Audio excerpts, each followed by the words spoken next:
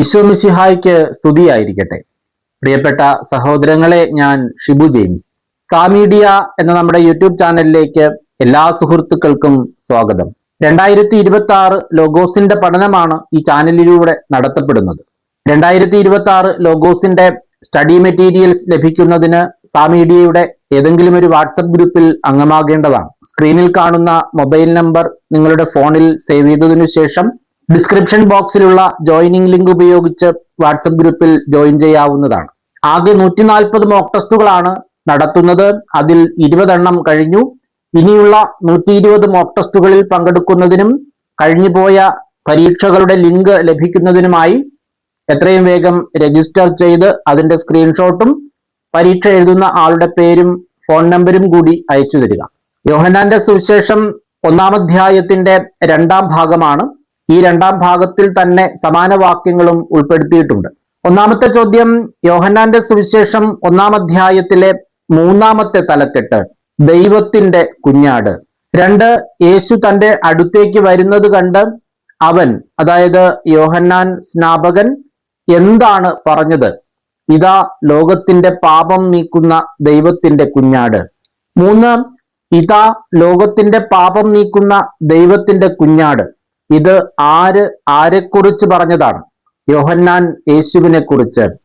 4, ഇതാ ലോകത്തിന്റെ പാപം നീക്കുന്ന ദൈവത്തിന്റെ കുഞ്ഞാട് എന്ന് യോഹന്നാൻ പറഞ്ഞത് ആര് തന്റെ അടുത്തേക്ക് വരുന്നത് കണ്ടപ്പോഴാണ്? യേശു. 5, ഇതാ ലോകത്തിന്റെ പാപം നീക്കുന്ന ദൈവത്തിന്റെ കുഞ്ഞാട്. വചനഭാഗം എഴുതുക. യോഹന്നാൻ 1:29. 6, ആര് എന്നേക്കാൾ വലിയവനാണെന്ന് ഞാൻ പറഞ്ഞത് ഇവനെപ്പറ്റിയാണ് എന്നാണ് യോഹന്നാൻ പറഞ്ഞത്. എന്റെ പിന്നാലെ വരുന്നവൻ. 7, എന്റെ പിന്നാലെ വരുന്നവൻ എന്നേക്കാൾ വലിയവനാണെന്ന് യേശുവിനെ പറ്റി യോഹന്നാൻ പറയാൻ കാരണമെന്ത്? എനിക്ക് മുമ്പ് തന്നെ ഇവനുണ്ടായിരുന്നു. 8, എനിക്ക് മുമ്പ് തന്നെ ഇവനുണ്ടായിരുന്നു എന്ന് യോഹന്നാൻ പറയുന്നത് ആരെപ്പറ്റി? യേശുവിനെ പറ്റി. 9, ഞാനും ഇവനെ അറിഞ്ഞിരുന്നില്ല. ആരെ അറിഞ്ഞിരുന്നില്ല? യോഹന്നാൻ യേശുവിനെ. 10, എന്തിനു വേണ്ടിയാണ് ഞാൻ വന്ന് ജലത്താൽ സ്നാനം നൽകുന്നത് എന്നാണ് യോഹന്നാൻ പറഞ്ഞത്? ഇവനെ, അതായത് യേശുവിനെ ഇസ്രായേലിന് വെളിപ്പെടുത്താൻ വേണ്ടി. 11, ഇവനെ, യേശുവിനെ ഇസ്രായേലിന് വെളിപ്പെടുത്താൻ വേണ്ടിയാണ് താൻ എന്ത് ചെയ്യുന്നത് എന്നാണ് യോഹന്നാൻ പറഞ്ഞത്? ജലത്താൽ സ്നാനം നൽകുന്നത്. 12, എന്താണ് യോഹന്നാൻ സാക്ഷ്യപ്പെടുത്തിയത്? ആത്മാവ് പ്രാവിനെ പോലെ സ്വർഗത്തിൽ നിന്ന് ഇറങ്ങി വന്ന് അവന്റെ മേൽ ആവസിക്കുന്നത് താൻ കണ്ടു എന്ന്. 13, ആത്മാവ് പ്രാവിനെ പോലെ സ്വർഗത്തിൽ നിന്ന് ഇറങ്ങി വന്ന് അവന്റെ മേൽ ആവസിക്കുന്നത് താൻ കണ്ടു എന്ന് സാക്ഷ്യപ്പെടുത്തിയതാര്? യോഹന്നാൻ. 14, ആത്മാവ് എങ്ങനെയാണ് സ്വർഗത്തിൽ നിന്ന് ഇറങ്ങി വന്നത്? പ്രാവിനെ പോലെ. 15, ആത്മാവ് പ്രാവിനെ പോലെ എവിടെ നിന്നാണ് ഇറങ്ങി വന്നത്? സ്വർഗത്തിൽ നിന്ന്. 16, ജലം കൊണ്ട് സ്നാനം നൽകാൻ എന്നെ അയച്ചവൻ എന്താണ് എന്നോട് പറഞ്ഞിരുന്നത് എന്നാണ് യോഹന്നാൻ പറഞ്ഞത്? ആത്മാവ് ഇറങ്ങി വന്ന് ആരുടെ മേൽ ആവസിക്കുന്നത് നീ കാണുന്നുവോ അവനാണ് പരിശുദ്ധാത്മാവ് കൊണ്ട് സ്നാനം നൽകുന്നവൻ. 17, ആരാണ് പരിശുദ്ധാത്മാവ് കൊണ്ട് സ്നാനം നൽകുന്നവൻ? ആത്മാവ് ഇറങ്ങി വന്ന് ആരുടെ മേൽ ആവസിക്കുന്നത് നീ കാണുന്നുവോ അവൻ. 18, ആത്മാവ് ഇറങ്ങി വന്ന് ആരുടെ മേൽ ആവസിക്കുന്നത് നീ കാണുന്നുവോ അവൻ ആരാണ്? പരിശുദ്ധാത്മാവ് കൊണ്ട് സ്നാനം നൽകുന്നവൻ. 19, ഞാനതു കാണുകയും ഇവൻ ഡാഷ് എന്ന് സാക്ഷ്യപ്പെടുത്തുകയും ചെയ്തിരിക്കുന്നു. യോഹന്നാൻ 1:34 പ്രകാരം പൂരിപ്പിക്കുക. ദൈവപുത്രനാണ് എന്ന്. 20, ഞാനത് കാണുകയും ഇവൻ ദൈവപുത്രനാണ് എന്ന് സാക്ഷ്യപ്പെടുത്തുകയും ചെയ്തിരിക്കുന്നു. ആരാണ് ഇപ്രകാരം സാക്ഷ്യപ്പെടുത്തിയത്? യോഹന്നാൻ. 21, ഞാനത് കാണുകയും എന്ത് സാക്ഷ്യപ്പെടുത്തുകയും ചെയ്തിരിക്കുന്നു എന്നാണ് യോഹന്നാൻ പറയുന്നത്? ഇവൻ ദൈവപുത്രനാണ് എന്ന്. 22, യോഹന്നാൻ അധ്യായം 1-ലെ 4-ാമത്തെ തലക്കെട്ട് ആദ്യ ശിഷ്യന്മാർ. 23, ആരാണ് അടുത്ത ദിവസം തന്റെ ശിഷ്യന്മാരിൽ 2 പേരോട് കൂടെ നിൽക്കുമ്പോൾ യേശു നടന്നു വരുന്നത് കണ്ടത്? യോഹന്നാൻ. 24 യോഹന്നാൻ ആരോട് കൂടെ നിൽക്കുമ്പോഴാണ് യേശു നടന്നു വരുന്നത് കണ്ടത്? തന്റെ ശിഷ്യന്മാരിൽ 2 പേരോട് കൂടെ നിൽക്കുമ്പോൾ. 25 യോഹന്നാൻ തന്റെ ശിഷ്യന്മാരിൽ 2 പേരോട് കൂടെ നിൽക്കുമ്പോൾ എന്താണ് കണ്ടത്? യേശു നടന്നു വരുന്നത്. 26 യോഹന്നാൻ അടുത്ത ദിവസം തന്റെ ശിഷ്യന്മാരിൽ 2 പേരോട് കൂടെ നിൽക്കുമ്പോൾ യേശു നടന്നു വരുന്നത് കണ്ട് എന്താണ് പറഞ്ഞത്? ഇതാ ദൈവത്തിന്റെ കുഞ്ഞാട്. 27 ഇതാ ദൈവത്തിന്റെ കുഞ്ഞാട്. ഇത് ആരുടെ വാക്കുകൾ? യോഹന്നാന്റെ. 28 ഇതാ ദൈവത്തിന്റെ കുഞ്ഞാട്. വാക്യഭാഗം എഴുതുക. യോഹന്നാൻ 1:36. 29 ഇതാ ദൈവത്തിന്റെ കുഞ്ഞാട് എന്ന യോഹന്നാന്റെ വാക്കു കേട്ട് യോഹന്നാന്റെ 2 ശിഷ്യന്മാർ എന്തു ചെയ്തു? യേശുവിനെ അനുഗമിച്ചു. 30 അവൻ പറഞ്ഞതു കേട്ട് ആ 2 ശിഷ്യന്മാർ യേശുവിനെ അനുഗമിച്ചു. ആര് പറഞ്ഞതു കേട്ട്? യോഹന്നാൻ.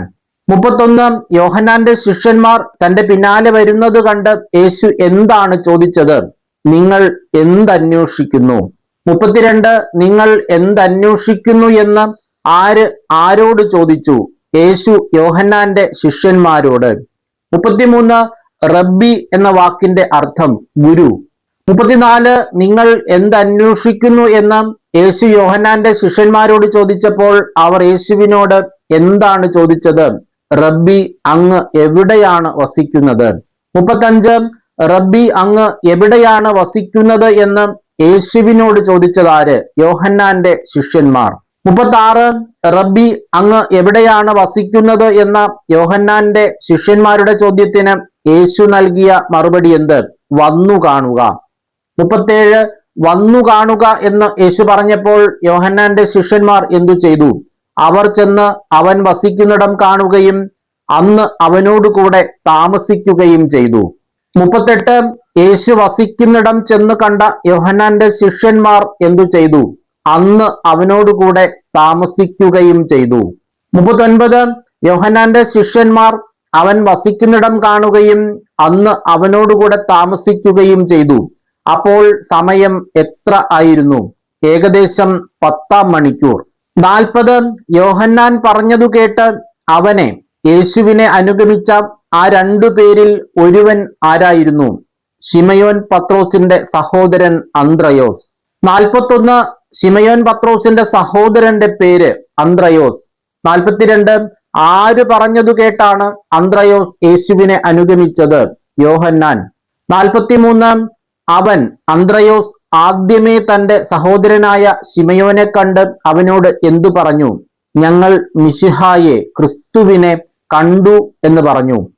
44 മിശിഹ എന്ന വാക്കിന്റെ അർത്ഥം ക്രിസ്തു. 45 മിശിഹായെ കണ്ടു എന്ന് ശിമയോനോട് പറഞ്ഞത് ആര്? സഹോദരനായ അന്ത്രയോസ്. 46 ശിമയോനെ യേശുവിന്റെ അടുത്ത് കൊണ്ടുവന്നതാര്? അന്ത്രയോസ്. 47 അന്ത്രയോസ് ആരെയാണ് യേശുവിന്റെ അടുത്ത് കൊണ്ടുവന്നത്? ശിമയോനെ. 48 യേശു അവനെ ശിമയോനെ നോക്കി എന്താണ് പറഞ്ഞത്? നീ യോഹന്നാന്റെ പുത്രനായ ശിമയോനാണ്, കേപ്പ എന്ന് നീ വിളിക്കപ്പെടും. 49 കേപ്പ എന്ന വാക്കിന്റെ അർത്ഥം എന്ത്? പാറ. 50 ശിമയോന്റെ പിതാവ് യോഹന്നാൻ. 51 യേശു ശിമയോനെ നോക്കി നീ എന്ത് എന്ന് വിളിക്കപ്പെടും എന്നാണ് പറഞ്ഞത്? കേപ്പ, അതായത് പാറ. 52 യോഹന്നാന്റെ സുവിശേഷം 1-ാം അധ്യായത്തിലെ 5-ാമത്തെയും അവസാനത്തേതുമായ തലക്കെട്ട് ഫിലിപ്പോസും നഥാനയേലും. 53 പിറ്റേ ദിവസം അവൻ യേശു എവിടേക്ക് പോകാനൊരുങ്ങി? ഗലീലിയിലേക്ക്. 54 ഗലീലിയിലേക്ക് പോകാനൊരുങ്ങിയ യേശു ആരെയാണ് കണ്ടത്? ഫിലിപ്പോസിനെ. 55 ഫിലിപ്പോസിനെ കണ്ടപ്പോൾ യേശു അവനോട് എന്താണ് പറഞ്ഞത്? എന്നെ അനുഗമിക്കുക. 56 ഫിലിപ്പോസ് എവിടെ നിന്നുള്ളവനായിരുന്നു? അന്ത്രയോസിന്റെയും പത്രോസിന്റെയും പട്ടണമായ ബെത്സയിദായിൽ നിന്ന്. 57 അന്ത്രയോസിന്റെയും പത്രോസിന്റെയും പട്ടണം ബെത്സയിദ. 58 അന്ത്രയോസിന്റെയും പത്രോസിന്റെയും പട്ടണമായ ബെത്സയിദായിൽ നിന്നുള്ളവൻ ആര്? ഫിലിപ്പോസ്. 59 ഫിലിപ്പോസ് നഥാനയേലിനെ കണ്ട് അവനോട് എന്താണ് പറഞ്ഞത്? മോശയുടെ നിയമത്തിലും പ്രവാചക ഗ്രന്ഥങ്ങളിലും ആരെപ്പറ്റി എഴുതിയിരിക്കുന്നുവോ അവനെ, ജോസഫിന്റെ മകൻ നസ്രത്തിൽ നിന്നുള്ള യേശുവിനെ ഞങ്ങൾ കണ്ടു. 60 യേശുവിനെ കുറിച്ച് എവിടെ എഴുതിയിരിക്കുന്നു എന്നാണ് പീലിപ്പോസ് പറഞ്ഞത്? മോശയുടെ നിയമത്തിലും പ്രവാചക ഗ്രന്ഥങ്ങളിലും. 61 മോശയുടെ നിയമത്തിലും പ്രവാചക ഗ്രന്ഥങ്ങളിലും ആരെപ്പറ്റിയാണ് എഴുതിയിരിക്കുന്നത്? യേശുവിനെ പറ്റി. 62 പീലിപ്പോസ് യേശുവിനെ വിശേഷിപ്പിക്കുന്നത് എങ്ങനെ? ജോസഫിന്റെ മകൻ, നസറത്തിൽ നിന്നുള്ള യേശു. 63 യേശു എവിടെ നിന്നുള്ളവനാണ് എന്നാണ് പീലിപ്പോസ് പറഞ്ഞത്? നസറത്തിൽ നിന്ന്. 64 നഥാനയേൽ എന്താണ് ചോദിച്ചത്? നസറത്തിൽ നിന്ന് എന്തെങ്കിലും നന്മ ഉണ്ടാകുമോ? 65 നസറത്തിൽ നിന്ന് എന്തെങ്കിലും നന്മ ഉണ്ടാകുമോ? ആരോട് ചോദിച്ചു? നഥാനയേൽ പീലിപ്പോസിനോട്. 66 എവിടെ നിന്ന് എന്തെങ്കിലും നന്മയുണ്ടാകുമോ എന്നാണ് നഥാനയേൽ ചോദിച്ചത്? നസറത്തിൽ നിന്ന്. 67 നസറത്തിൽ നിന്ന് എന്തെങ്കിലും നന്മ ഉണ്ടാകുമോ എന്ന് നഥാനയേൽ ചോദിച്ചപ്പോൾ പീലിപ്പോസ് പറഞ്ഞതെന്ത്? വന്നു കാണുക. 68 വന്നു കാണുക ആരോട് പറഞ്ഞു? പീലിപ്പോസ് നഥാനയേലിനോട്. 69 നഥാനയേൽ തന്റെ അടുത്തേക്ക് വരുന്നത് കണ്ട് യേശു അവനെപ്പറ്റി പറഞ്ഞതെന്ത്? ഇതാ നിഷ്കപടനായ ഒരു യഥാർത്ഥ ഇസ്രായേൽക്കാരൻ. 70 ഇതാ നിഷ്കപടനായ ഒരു യഥാർത്ഥ ഇസ്രായേൽക്കാരൻ. ആരെപ്പറ്റിയാണ് ഇങ്ങനെ പറഞ്ഞത്? യേശു നഥാനയേലിനെ പറ്റി. ആരാണ് നിഷ്കപടനായ ഒരു യഥാർത്ഥ ഇസ്രായേൽക്കാരൻ? നഥാനയേൽ.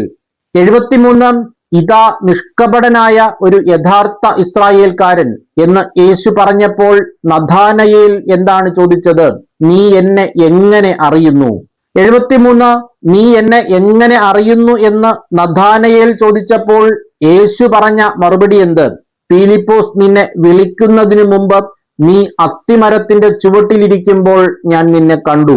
74 ആര് നിന്നെ വിളിക്കുന്നതിന് മുമ്പ് ഞാൻ നിന്നെ കണ്ടു എന്നാണ് യേശു നഥാനയേലിനോട് പറഞ്ഞത്? പീലിപ്പോസ്.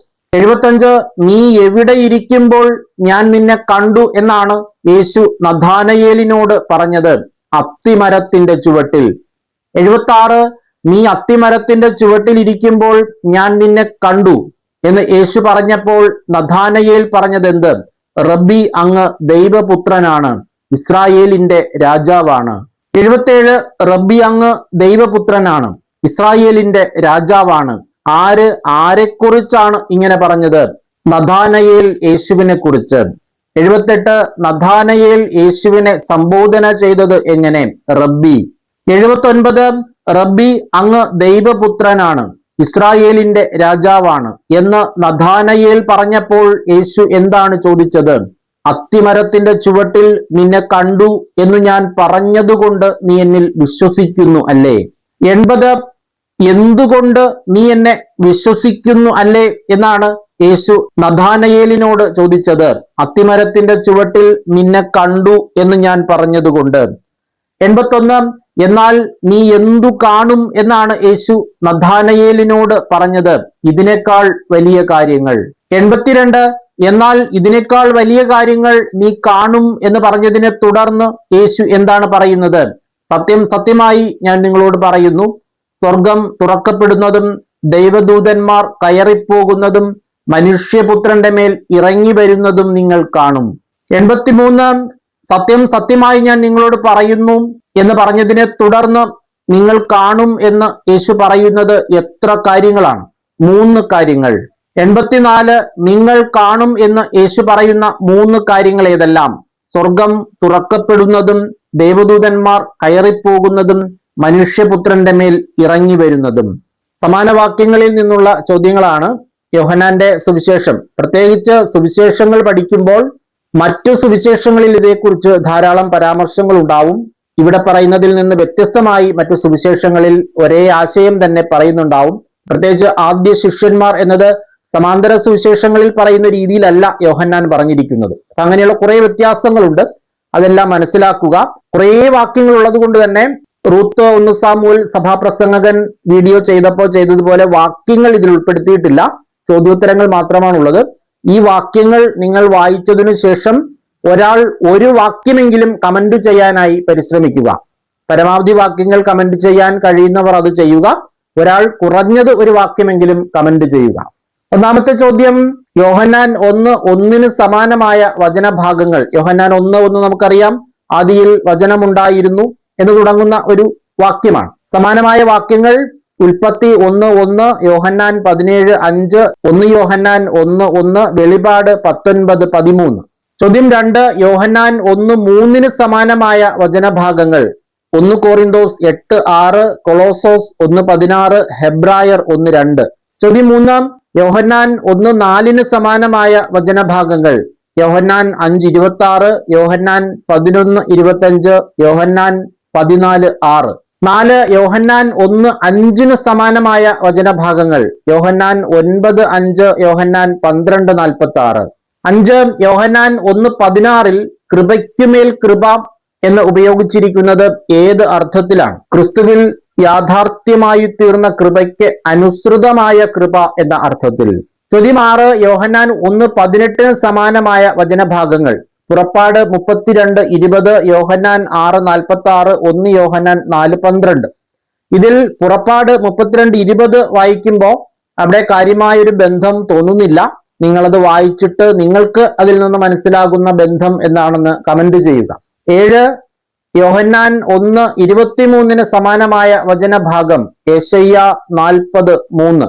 8, യോഹന്നാൻ 1:29 പാപം നീക്കുന്ന എന്നതിനെ എങ്ങനെയും വിവർത്തനം ചെയ്യാം എന്നാണ് ഫുട് നോട്ടിൽ പറഞ്ഞിരിക്കുന്നത്. പാപം വഹിക്കുന്ന. 9, 1 യോഹന്നാൻ 1:29 സമാനമായ വചനഭാഗങ്ങൾ 5 ഭാഗങ്ങളാണ് ഫുട് നോട്ടിൽ തന്നിട്ടുള്ളത്. യെശയ്യ 53:6, 7, യോഹന്നാൻ 1:36, അപ്പോസ്തല പ്രവർത്തനങ്ങൾ 8:32, 1 പത്രോസ് 1:19, വെളിപാട് 5:6. 10, യോഹന്നാൻ 1:32 സമാനമായ വചനഭാഗങ്ങൾ മത്തായി 3:16, മർക്കോസ് 1:10, ലൂക്ക 3:22.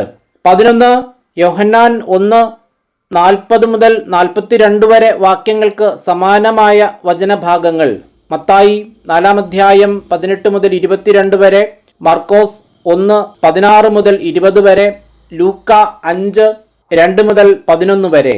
12, അഭിഷിക്തൻ എന്നതിന്റെ ഹീബ്രു പദം മിശിഹ. 13, അഭിഷിക്തൻ എന്നതിന്റെ ഗ്രീക്ക് പദം ക്രിസ്തു. 14, യോഹന്നാൻ 1:45 സമാനമായ വചനഭാഗങ്ങൾ നിയമാവർത്തനം 18:18, യെശയ്യ 7:14, യെശയ്യ 9:6, എസെക്കിയേൽ 34:23. 15, യോഹന്നാൻ 1:49 സമാനമായ വചനഭാഗങ്ങൾ സങ്കീർത്തനങ്ങൾ 2:7, മർക്കോസ് 15:32, യോഹന്നാൻ 12:13. 16, യോഹന്നാന്റെ സുവിശേഷം അധ്യായം 1 എത്ര തലക്കെട്ടുകൾ ഉണ്ട്? ഏതെല്ലാം? 5 തലക്കെട്ടുകൾ. ഇത് ക്രമമായി പഠിച്ചു വയ്ക്കുക. അതിൻ്റെ ഒരു ഓർഡർ മനസ്സിലാക്കാൻ അത് എളുപ്പമാണ്. വചനം മനുഷ്യനായി, സ്നാപക യോഹന്നാന്റെ സാക്ഷ്യം, ദൈവത്തിന്റെ കുഞ്ഞാട്, ആദ്യ ശിഷ്യന്മാർ പീലിപ്പോസും നഥാനയേലും. 17, തൊട്ടു മുൻപ് പറഞ്ഞ 5 തലക്കെട്ടുകളിൽ സ്നാപക യോഹന്നാന്റെ സാക്ഷ്യം എന്നതൊഴികെ ബാക്കിയെല്ലാം യോഹന്നാന്റെ സുവിശേഷത്തിൽ മാത്രം കാണുന്ന തരത്തിലുള്ള ഒരു വിശദീകരണമാണ്. സ്നാപക യോഹന്നാന്റെ സാക്ഷ്യം എന്നതാണ് 4 സുവിശേഷങ്ങളിലും ഏറെക്കുറെ ഒരുപോലെ കാണപ്പെടുന്നത്.